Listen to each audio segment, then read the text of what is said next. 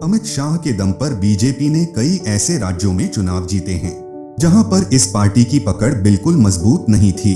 शाह भारतीय राजनीति से कई सालों से जुड़े हुए हैं और आज वो अपनी पार्टी में जिस पद पर पहुंचे हैं उस पद तक पहुंचने के लिए शाह ने खूब हार्ड वर्क किया है।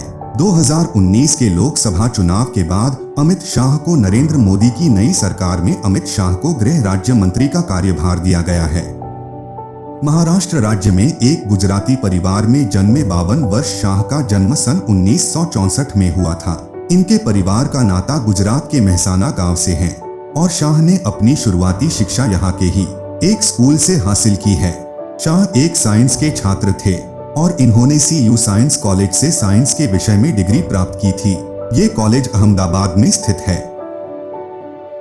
इस महान राजनेता के पिता का नाम अनिल चंद्र शाह था और उनका अपना एक व्यापार हुआ करता था। इनकी मां का नाम कुसुम्बा था, वहीं इनकी पत्नी का नाम सोनल है और इनका एक बेटा भी है जिसका नाम जय शाह है और वो पेशे से एक बिजनेसमैन है। जय ने निर्मा विश्वविद्यालय से इंजीनियरिंग की पढ़ाई कर रखी है। अमित शाह ने अपने कॉलेज के दिनों में ही राजनीति में आने का फैसला ले लिया था और साल 1983 में ये अखिल भारतीय विद्यार्थी परिषद से जुड़ गए थे। वहीं RSS से जुड़ने के बाद साल 1986 में ये बीजेपी पार्टी में शामिल हो गए और इन्होंने पार्टी के लिए प्रचार का कार्य करना शुरू कर दिया। इनको साल 1997 में पार्टी की ओर से विधानसभा चुनाव लड़ने के लिए टिकट दिया गया था, जिसके बाद इन्होंने गुजरात की सरखेज विधानसभा सीट से चुनाव लड़ा और इन्हें इस चुनाव में जीत मिली। फिर इन्होंने इसी सीट से लगातार 3 बार चुनाव लड़े और अपनी जीत दर्ज करवाई। गुजरात के विधानसभा चुनाव में जब बीजेपी पार्टी को जीत मिली तो पार्टी ने शाह को राज्य के कई मंत्री पदों की जिम्मेदारी दे दी। जिस वक्त शाह को ये मंत्री पद दिए गए थे तो उस वक्त प्रधानमंत्री नरेंद्र मोदी इस राज्य के मुख्यमंत्री हुआ करते थे। एक ही राज्य से ताल्लुक रखने वाले शाह और मोदी जी एक दूसरे को लंबे समय से जानते थे। कहा जाता है कि साल 1982 में इन दोनों की पहली मुलाकात हुई थी। ये दोनों अहमदाबाद में RSS के आयोजित हुए एक कार्यक्रम में आए थे। वहीं उस समय हुई इनकी ये छोटी सी मुलाकात जल्द ही दोस्ती में बदल गई थी। वहीं साल 2014 में हुए लोकसभा चुनावों में शाह ने अपनी पार्टी और मोदी जी के लिए प्रचार का कार्य किया था और इन चुनावों में अपनी पार्टी को शानदार जीत दिलवाई थी। इसके अलावा इन्होंने पार्टी के अन्य नेताओं के लिए भी प्रचार का कार्य किया था।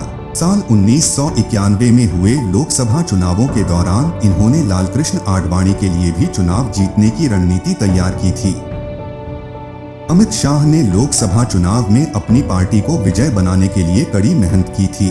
वहीं उसी साल यानी 2014 में इन्हें पार्टी अध्यक्ष की जिम्मेदारी दे दी गई थी, जिसके बाद इनकी अध्यक्षता में पार्टी ने कई राज्यों में चुनाव जीते और साल 2016 में एक बार फिर इनको दोबारा से इस पद के लिए चुन लिया गया था।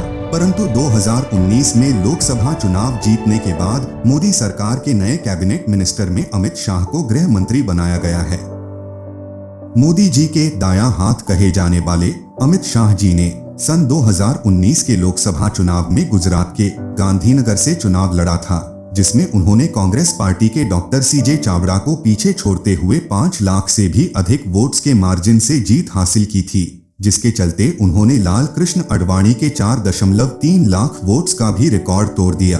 इस चुनाव में मुख्य रूप से मुकाबला बीजेपी अध्यक्ष अमित शाह और कांग्रेस के डॉक्टर CJ चावड़ा के बीच था, जिसमें बीजेपी अध्यक्ष अमित शाह जी ने जीत हासिल की। चुनाव आयोग की वेबसाइट के मुताबिक अमित शाह जी ने 69.7% वोट्स प्राप्त किए, यानी इसमें अमित शाह जी को लगभग 8,80,000 वोट्स हासिल हुए थे।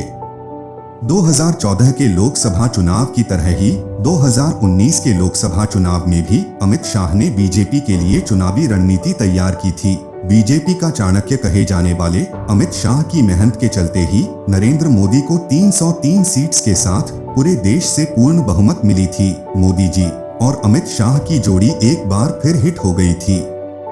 अगर एस्पायर ऑल का यह एपिसोड आपको पसंद आया हो तो चैनल को सब्सक्राइब जरूर करें।